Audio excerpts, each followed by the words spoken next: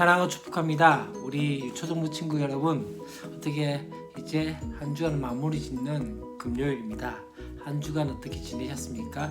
행복하셨는지, 혹은 또 여러분의 삶 가운데 하나님의 말씀을 묵상하는 그 일들 가운데 열심히 또 그 말씀을 묵상해 갔는지 궁금합니다. 지금 엘리엇이라는 성사님이 이렇게 이야기하는 것이 있습니다. 영원한 것을 위하여 영원하지 않는 것을 버리는 일은 결코 어리석은 일이 아니다 라는 말을 한 적이 있습니다. 무엇을 뜻할까요? 우리에게 주어진 영원한 것, 그것이 무엇일까요? 복음과 은혜, 또 하나님의 영광들, 그런 영원한 것을 위하여 영원하지 않는 것들, 우리가 지금 즐거워하는 것들, 또한 우리가 지금 무엇인가 현실에 다가와 있는 모든 것들, 그것들을 버리는 것이 결코 어리석은 일이 아니라고 말하고 있는 것이죠. 여러분은 어떠하십니까? 우리의 삶 가운데 얼마만큼 그 영원한 것을 붙들고 살아가고 있는지, 혹시라도 우리가 한치 앞에 있는 것들을 바라보며 또 변화될 것에 대해서 그렇게 그것들을 붙들고 그렇게 살고 있지 않는지 궁금합니다. 오늘 우리가 함께 볼 말씀은 예레미야 44장 24절부터 30절까지 말씀입니다. 예레미야는 이 회개를 거부한 이 유다 백성에게 이 말 심판을 예언합니다.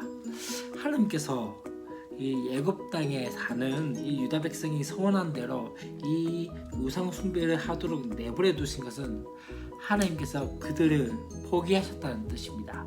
여러분, 참 중요한 것 중에 하나는요, 하나님께서 우리 가운데 벌을 내리시고 심판하시는 것들은 어쩌면 그것은 바로 무엇을 의미할까요? 회복을 위하여 돌아오라고 하는 하나의 신호와 같은 것이죠. 근데 오늘 말씀 가운데 중요한 건 무엇입니까? 그들을 포기했다. 이제 그들을 그냥 내버려 둔다는 것은 무엇을 의미합니까?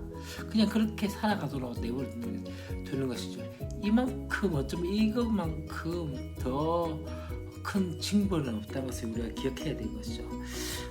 애굽 땅에 사는 이 유다 백성 중에서 이제 하나님의 여호와의 살아계심을 두고 맹세하는 자가 없을 것이라는 그 말씀 역시 하나님께서 그들과의 관계를 완전히 끊으셨음에 대해서 의미하는 것이죠. 결국 이 예레미야는 무엇을 이야기합니까? 애굽 땅에서 사는 이 유다 백성이 칼과 기근으로 멸망하며 또한 소수만이 이 유다 땅으로 돌아오게 될 것에 대해서 예언하게 되어집니다. 이 모든 예언의 표징은 무엇입니까? 바로 애굽 왕 호브라의 죽음으로 이 표징이 나타납니다. 애굽에 남아있는 유다 백성에게 이 애굽 왕 호브라는 어떠한 존재였다면 바로 절대적인 존재와 같은 인물이었습니다. 그런 그가 죽음을 맞이한다는 것은 무엇입니까? 가장 첫 번째 바로 심판이 시작되었음을 의미하는 것과 같은 것이죠.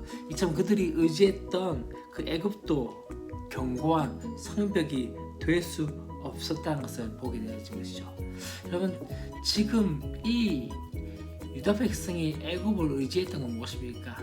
그들의 힘과 그들이 이 애굽 땅이 영원할 것이라고 생각했던 것이죠. 그러나 이 애굽도 어떻게 되었습니까? 멸망할 수밖에 없는 것이죠. 바로 하나님만이 영원한 피난처인 것을 바라보는 것이죠. 어쩌면 이것은 오늘을 사는 이 하나님의 백성에게 여호와 하나님만이 다시 한번 우리가 고백하는 것은 무엇입니까? 영원한 피난처가 없음을 상기시키는 말씀이 아닌가 하는 생각이 들어집니다. 하나님 외에 다른 피난처는 없습니다. 그렇기 때문에 어떻게 해야 됩니까? 오직 하나님께 피하는 존재, 하나님만을 의지하는 존재, 하나님만을 바라볼 수 있는, 하나님만이 유일한 피난처임을 다시 한번 고백하며 그분만을 의지할 수 있는 저와 여러분의 삶이 되었으면 좋겠습니다. 사랑을 축복합니다. 내일도 우리 기쁜 마음으로 우리 주의 말씀 가운데 함께 나갔으면 좋겠습니다. 안녕.